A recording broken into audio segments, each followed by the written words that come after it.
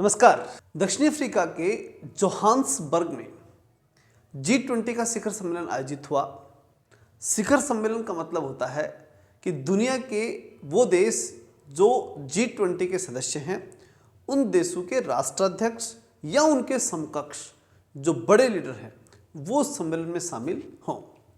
और इस सम्मेलन की सबसे बड़ी जो खासियत रही वो ये रही कि इसका जो अपने आप को सबसे बड़ा बॉस मानने वाला जो देश था, अमेरिका, उसने ही इसका बाइकआउट कर दिया।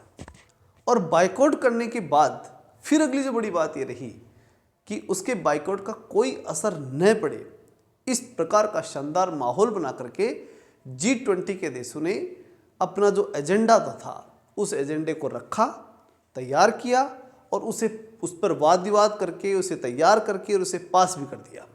और बहुत ही शानदार बहुमत के साथ पास करने के बाद ये बात जब पूरी दुनिया में फैली तो उसके बाद में जितनी बुरी इंसल्ट अमेरिकी राष्ट्रपति की और अमेरिका की हुई, उतनी शायद किसी अंतर्राष्ट्रीय संगठन में कभी किसी की हुई हो, ऐसा कहीं इतिहास में दिखाई नहीं देता। बात साधारण सी थी।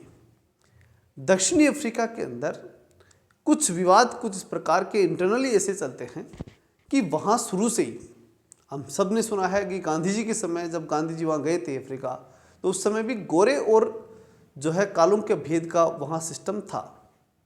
और ये दक्षिण अफ्रीका में काफ़ी दिनों से था।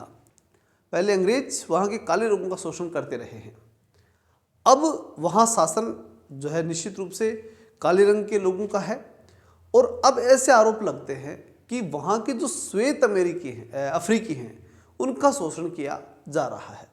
और उसका लिंक क्या कहें कि उसकी जानकारी जो है वो अमेरिका के अंदर जो बड़े उद्योगपति जो अब अफ्रीका से गए हैं और अमेरिका में रहने लग गए हैं, जो कि श्वेत हैं, उन लोगों ने ट्रंप तक ये सूचना पहुंचाई। और फिर इस बात को इतनी गंभीरता से ट्रंप ने लिया कि जो अफ्रीका के राष्ट्रपति जो हैं, जो सिरिल रामाफोसा जो हैं, वो जब उनसे मिलने गए तो उस स्थिति के अंदर ट्रंप ने काफ़ी ज़बरदस्त ऑब्जेक्शन दिया। और उस ऑब्जेक्शन का उत्तर भी वहाँ के जो सिरिल रामाफोसा जो अफ्रीकी राष्ट्रपति हैं उन्होंने सामने से दिया, मतलब बराबर उत्तर दे दिया ट्रंप को कि नहीं, हमारे यहाँ ऐसा कुछ भी नहीं हो रहा।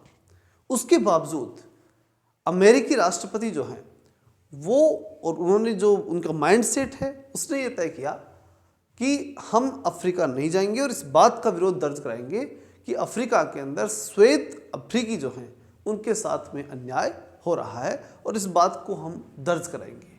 लेकिन पूरी दुनिया की जो G20 के देश हैं उन देशों ने इस विषय को कोई महत्व नहीं दिया और पूरे इम्पोर्टेंट जैसे जिस एजेंडे को लेकर के वो आए थे उस पर प्रॉपर काम किया और बिना किसी अमेरिकी दबाव के प्रॉपर काम करने के बाद उस एजेंडे को पारित कर भी लिया। फिर जब ये पारित हो गया तो जो व्हाइट हाउस जो कि अमेरिकी राष्ट्रपति भवन है, वहाँ से फिर बात उठी या बात आई कि ये तो गलत हो गया। लेकिन गलत हुआ, ये कार्य गलत हुआ, उन्होंने अपने आप में कोई अफसोस जताया हो ऐसा बिल्कुल भी नहीं है। लेकिन उनकी इंसल्ट पूरी दुनिया में हुई, ये उनको पूरा पूरा आभास हो चुका है।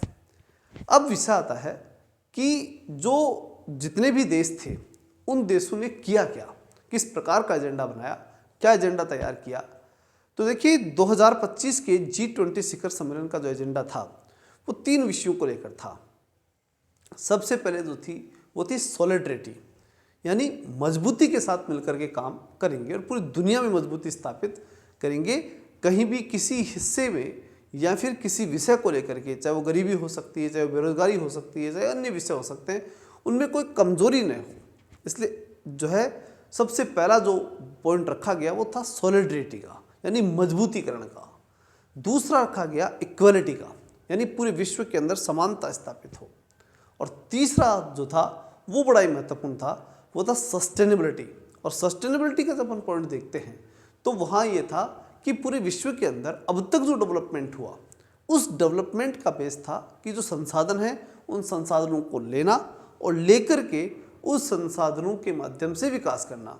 अब वो संसाधन समाप्त होंगे तो इसका मतलब क्या हुआ कि हमने जो विकास किया वो सतत विकास नहीं किया, संसाधनों को समाप्त करके फिर विकास किया। इसलिए सस्टेनेबिलिटी होनी चाहिए कि आने वाली पीढ़ी को भी हम संसाधन उपलब्ध करवा सकें और फिर उसके बाद भी हम अपना विकास करें। इस प्रकार के विकास का कॉन्सेप्ट रखा गया। तो 3 बातें वहाँ पर लगातार चली। अब इसके साथ साथ कुछ विषय पर्सनली भी रखे गए, जैसे एआई का जो कॉन्सेप्ट था कि पूरे विश्व के अंदर एआई का जो क्या प्रभाव पड़ रहा है उस पर चर्चा हुई। विशेष रूप से प्रधानमंत्री नरेंद्र मोदी ने इस विषय को उठाया और ये भी बताया कि अगले वर्ष जो है वो भारत के अंदर इस विषय को लेकर के बड़े स्तर पे जो है वो कार्यक्रम होने वाले हैं और उनके अंदर इब्सा के देशों को निमंत्रण भी दिया। अब यहाँ एक प्रश्न फिर उठता है कि इब्सा के देश कौन हैं? तो इब्सा के अंदर 3 देश आते हैं। इसमें सबसे पहले इंडिया है, फिर ब्राज़ील है और तीसरा साउथ अफ्रीका। और विशेष रूप से जब देखते हैं और G20 के अंदर देखते हैं तो ये 3 देश बड़े ही पावरफुल कंट्री के रूप में दिखाई देते हैं, फ्यूचर की कंट्री के रूप में।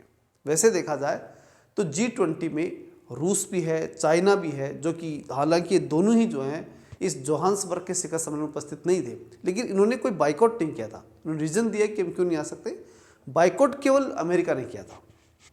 तो विषय ये था कि G20 में इब्सा एक पार्ट है, यानी 3 जो देश हैं वो महत्वपूर्ण हिस्सेदारी निभाते हैं। अगर हम बात करें G20 की तो पूरी दुनिया की लगभग 80 से लेकर के 85% GDP का पार्ट जो है वो G20 का है। लेकिन फिर उस G20 में अगर इब्सा की बात करें तो एक बड़ा हिस्सा इब्सा का जो है वो GDP के रूप में भी और जनसंख्या के रूप में भी बड़े स्तर के ऊपर रहता है। तो कहने का मतलब ये तीनों देश बड़ी भूमिका निभाते हैं G20 के अंदर। इसलिए इन्होंने अपना एक गुट बनाया इब्सा, यानी इब्सा के नाम से एक डेवलपिंग कंट्री के रूप में अपना एक पार्ट इन्होंने तय किया।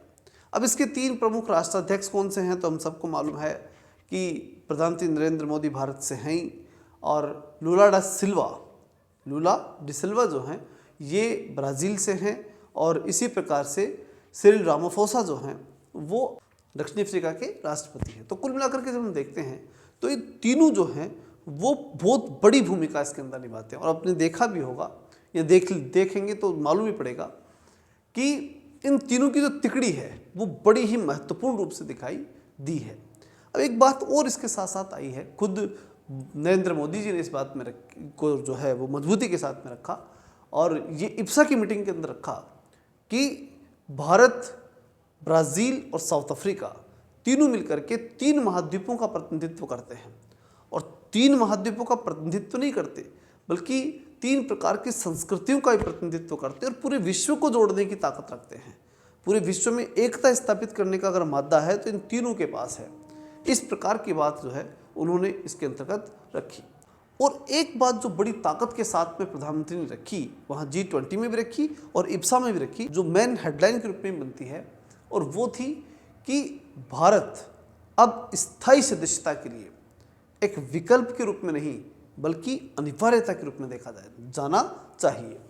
ये एक बड़ी बात उन्होंने रखी कि भारत और बाकी जो देश हैं, विशेष रूप से इब्सा के देश हैं जो कि पूरे 3 महाद्वीपों का प्रतिनिधित्व करते हैं, तो उनके बारे में उन्होंने कहा कि ये लोग अब संयुक्त राष्ट्र संघ के जो नया ढांचा बने और संयुक्त राष्ट्र संघ के नए ढांचे में ये अब एक विकल्प के रूप में नहीं रखे जाने चाहिए बल्कि एक अनिवार्यता के रूप में रखे जाने चाहिए कि अनिवार्य रूप से इन देशों को संयुक्त राष्ट्र संघ की सुरक्षा परिषद में सदस्य बनाना चाहिए। अब प्रश्न फिर उठता है कि इससे क्या होगा, संयुक्त राष्ट्र संघ के अंदर स्थायी सदस्य बनने से क्या होता है। स्थायी सदस्य बनने से सबसे बड़ा जो लाभ हुआ करता है वो होता है कि हम किसी भी काम में वीटो कर सकते हैं।